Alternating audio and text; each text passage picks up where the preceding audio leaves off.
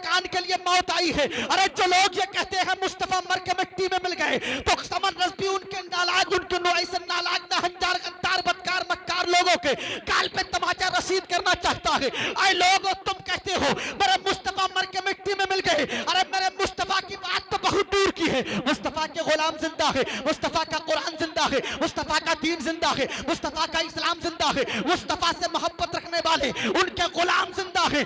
मेरे मुस्तफा ने इस्लाम की कंदील को इतना रोशन कर दिया कि पूरी दुनिया के अंदर इस्लाम फैल गया। लेकिन मेरे मुस्तफा हूं, नॉन स्टॉप समर रज़वी आप तक पहुंच रहा है। आप अपनी मोहब्बतों को सामने हाल रखिएगा। आप तमामी हजरात जानते हैं पूरी दुनिया के अंदर सबसे पहले अगर परवरदिगार आलम ने किसी इंसान को पैदा किया है तो वो इंसान कोई और नहीं है, वो इंसान नस्ल इंसानियत के बाप हजरत आदम अला नबीना अलैहि सलातु व तस्लीम है। लेकिन यहीं पर इस नुक्ते को रोक के एक बात और आपको बताना चाहता हूं। आज इस्लाम को लोग मिटाने की बात कर रहे हैं तो ये कोई कमाल की बात नहीं है। इस्लाम को मिटाने की कोशिशें तो लोग कल भी किया करते थे। इस्लाम को मिटाने का प्रोपेगेंडा लोग कल भी बनाया करते थे। इस्लाम को मिटाने का लोगों ने मिशन पहले भी चलाया था। इस्लाम को मिटाने की लोगों ने रचना पहले भी रची थी। लेकिन सुनते चले जाइएगा गौटिया के गयूर मुसलमानों, जब मेरे आका हजरत आदम अला नबीना अलैहि सलातु व तस्लीम को मेरे परवरदिगार आलम ने इस दुनिया के अंदर भेजा, परवरदिगार आलम ने जब पैदा फरमाया सबसे पहले किसी इंसान को नस्ल इंसानियत के बाप हजरत आदम अला नबीना अलैहि सलातु व तस्लीम को, तो हजरत आदम का यही मिशन था कि इस्लाम आगे को बढ़ता रहे, इस्लाम का पेड़, इस्लाम का दरख्त फलता और फूलता रहे, इस्लाम की कंदील रोशन होती रहे, इस्लाम का चराग रोशन होता रहे, इस्लाम का झंडा बुलंद होता रहे, इस्लाम का अलम बुलंद होता रहे। लेकिन सुनते चले जाइएगा मिल्लत के नौजवानों, एक वक्त ऐसा भी आ जाता है, एक साथ ऐसी भी आ जाती है, एक घड़ी ऐसी भी आ जाती है, एक लम्हा ऐसा भी आ जाता है, एक वक्त ऐसा भी आ जाता है कि हजरत आदम अला नबीना अलैहि सलातु व तस्लीम को मौत आ जाती है। मौत का फरिश्ता परवरदिगार आलम का हुक्म पा करके मौत का फरिश्ता हाइल हो जाता है और हजरत आदम की रूह उनके कब्जे उनसरी से परवास कर जाती है। जब हजरत आदम दुनिया से चले गए तो लोग अब फिर से आगे आ गए। लोगों तमाम लोग जमा होकर इस्लाम को जो मिटाना चाहते थे वो लोग फिर आगे आ गए। अरे आदम चले गए हैं, हम इस्लाम को मिटा देंगे। लेकिन जैसे ही आदम गए थे तो उनका मिशन आगे बढ़ाने के लिए कोई और नहीं आता है बल्कि उनके साहिबजादे, उनके बेटे हजरत शीस आ जाते हैं। और हजरत शीस का यही मिशन रहता है कि इस्लाम आगे को बढ़ता रहे, इस्लाम फरोग पाता रहे, इस्लाम की कंदील रोशन होती रहे, इस्लाम का चराग जलता रहे, इस्लाम का पौधा फलता और फूलता रहे। लेकिन सुनते चले जाइएगा मिल्लत के नौजवानों, जब हजरत आदम के बेटे हजरत शीस का इंतकाल हो जाता है अब तमाम तर मादी ताकतें फिर सामने आ जाती हैं। अब तमाम तर इस्लाम के खिलाफ उठने वाली आवाजें फिर जन्म ले लेती हैं कि अब हम इस्लाम को मिटा देंगे। आदम आए थे वो भी चले गए, उनके बेटे शीस आए थे वो भी चले गए, अब हमें इस्लाम को मिटाने से कोई नहीं रोक सकता, अब हमें इस्लाम के दरख्त को काटने से कोई नहीं रोक सकता, अब हमें इस्लाम के झंडे को गिराने से कोई नहीं रोक सकता। ये लोग तमाम तर लोग आपस में मशवरा कर रखे थे। लेकिन शीस के बाद में 1,24,000 2,24,000 कम बेश अंबिया इकराम रसूल जमीन पे आते रहे और इस्लाम के दरख्त को अपने खून से सींचते रहे, इस्लाम के दरख्त को अपने खून से सींचते रहे, इस्लाम की कंदील को रोशन करते रहे। अंबिया आते रहे जाते रहे, नबी आते रहे जाते रहे, रसूल आते रहे और जाते रहे। लेकिन सुनते चले जाइएगा मिल्लत के नौजवानों, आखिर में अगर किसी की आमद होती है तो किसी और की आमद नहीं होती है। मेरे और आपके पैगंबर की आमद होती है, मदनी और मक्की सरकार की आमद होती है, आमना के लाल की आमद होती है, अब्दुल्ला के लख्त जिगर की आमद होती है, रसूलों के सुल्तान की आमद होती है। जब मेरे और आपके करीम आका इस दुनिया के अंदर तशरीफ लाते हैं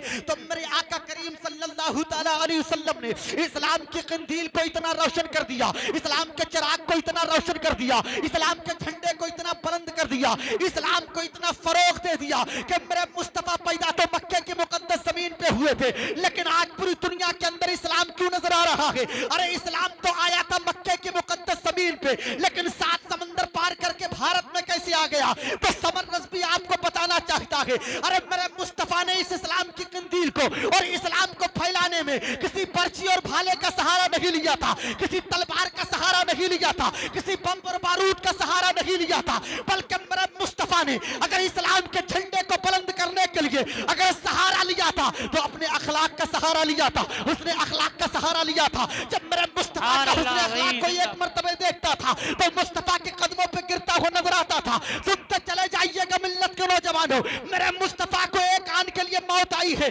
अरे जो लोग ये कहते हैं मुस्तफा मर के मिट्टी में मिल गए, तो समंदर भी उनके नालायक, उनके ऐसे नालायक नाहंजार गद्दार बदकार मक्कार लोगों के गाल पे तमाचा रसीद करना चाहता है। आए लोगों, तुम कहते हो मेरे मुस्तफा मर के मिट्टी में मिल गए। अरे मेरे मुस्तफा की बात तो बहुत दूर की है। मुस्तफा के गुलाम जिंदा है, मुस्तफा का कुरान जिंदा है, मुस्तफा का दीन जिंदा है, मुस्तफा का इस्लाम जिंदा है, मुस्तफा से मोहब्बत रखने वाले उनके गुलाम जिंदा है। मेरे मुस्तफा ने इस्लाम की कंदील को इतना रोशन कर दिया कि पूरी दुनिया के अंदर इस्लाम फैल गया। लेकिन मेरे मुस्तफा को एक आन के लिए मौत आई, और जैसे ही मुस्तफा की रूह उनके जिस्म से प्रवास करती है तो मेरे मुस्तफा आज भी वैसे ही जिंदा है जैसे कल मुस्तफा जिंदा थे। ये हमारे लिए है, इसलिए कि हमारा ईमान तो आला हजरत के शेर पे है। तू जिंदा है वल्लाह, तू जिंदा है वल्लाह, मेरी चश्मे आलम से छिप जाने वाले। सुनते चले जाइएगा मिल्लत के नौजवानों, जब मेरे मुस्तफा दुनिया से गए थे अब मादी ताकतें फिर सामने आ जाती है, अब बातिल ताकतें फिर सामने आ जाती है। मुस्तफा आए थे इस्लाम को बुलंद करने के लिए, मुस्तफा आए थे इस्लाम के झंडे को ऊंचा करने के लिए, लेकिन इस्लाम को मिटाने वाला, इस्लाम को बचाने वाला वो लीडर दुनिया से चला गया है। इस्लाम को बचाने वाला वो इस्लाम का रखवाला दुनिया से चला गया है। अब हम इस्लाम को मिटा देंगे, अब हमें इस्लाम को मिटाने से कोई नहीं रोक सकता।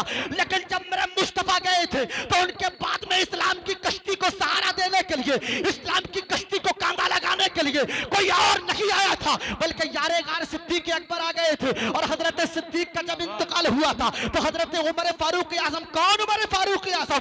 वही उमर फारूक आजम जिनकी 22 लाख मुरब्बा मील पे हुकूमत है। आधी दुनिया पे जिस शख्सियत ने हुकूमत की थी उसी शख्सियत का नाम उमर फारूक आजम है। कौन उमर फारूक आजम? वही उमर फारूक आजम। अगर शैतान के साथ में मेरे अदालत के शख्सवार हजरत उमर का नाम ले दो तो शैतान अपनी रास्ता को बदलता हुआ नजर आता है। हजरत उमर भी इस्लाम की कंदील को रोशन करते रहे, चार यार मुस्तफा के दीन की हिफाजत करते रहे। लेकिन जब मेरे मुस्तफा के खुलाफा भी दुनिया से चले गए, अब बातिल ताकतें फिर सामने आकर प्रोपेगेंडा बनाती हैं। अब हम इस्लाम को मिटा देंगे, अब हमें इस्लाम को मिटाने से कोई नहीं रोक सकता।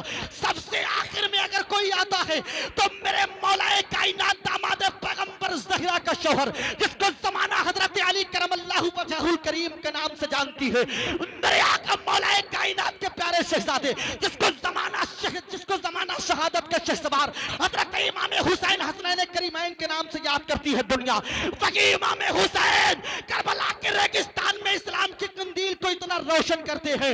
अगर इस इस्लाम की लौ को रोशन करने के लिए अगर अली असगर को देना पड़ता है तो देते हैं, अली अकबर को देना पड़ता है तो देते हैं, अगर औलम मोहम्मद अपने भांजों की कुर्बानी देना पड़ती है तो हसनैन करीमैन देते हैं। अरे अब्बास अलंबरदार के बाजुओं की अगर इस्लाम को जरूरत पड़ती है तो अब्बास अपने बाजुओं को कटवा देते हैं।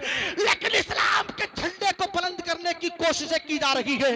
आखिर में जब इस्लाम को मिटाने की ताकतें सामने जब आई थी, मेरे आका इमाम हुसैन ने करबला के तपते हुए रेगिस्तान पे जब अपने घर के एक एक चश्मो चिराग को शहीद कर दिया था, एक एक चश्मो चिराग ने जब जामे शहादत को नोश कर लिया था, तो आखिर में ये इस्लाम रो रो के बारगाह रब्बुल उला में दुआ कर रहा था, मौला अब मुझे बचाने के लिए किसी और को भेज दे। तूने अपने प्यारे महबूब तानाए गुयूब मोहम्मद अरबी मुस्तफा को भेजा था, वो मेरी हिफाजत करते रहे। उनके बाद में उनके खुलफाए राशिदीन मेरी हिफाजत करते रहे, उनके नवासे हसनैन करीमैन मेरी हिफाजत करते रहे।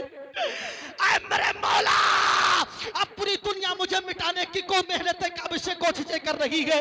परवरदिगार, अब मेरा जो आलम है वो जमीन पे आने वाला है, इस्लाम का झंडा जमीन पे गिरने वाला है। मौला अब मुझे बचाने के लिए किसी और को भेज दे।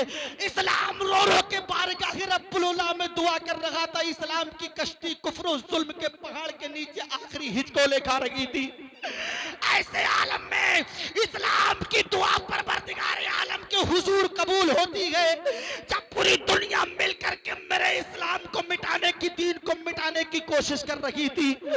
ऐसे आलम में परवरदिगार आलम ने इस्लाम की कश्ती को कांधा देने के लिए किसी और को नहीं, बल्कि ईरान के शहर, मुल्क ईरान के शहर, मुल्क ईरान के कस्बा जीलान के अंदर, महिला नीफ के अंदर अगर किसी को भेजा था तो किसी और को नहीं बल्कि पीराने पीर को भेजा था, रोशन ज़मीर को भेजा था, गौसे आजम अब्दुल कादिर जिलानी को भेजा था।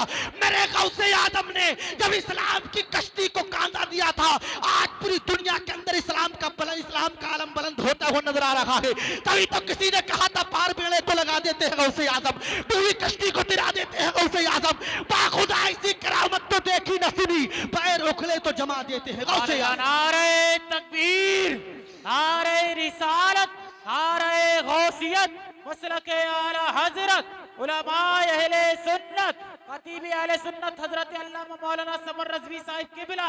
नारे तकबीर, नारे रिसालत, सुभान अल्लाह। वही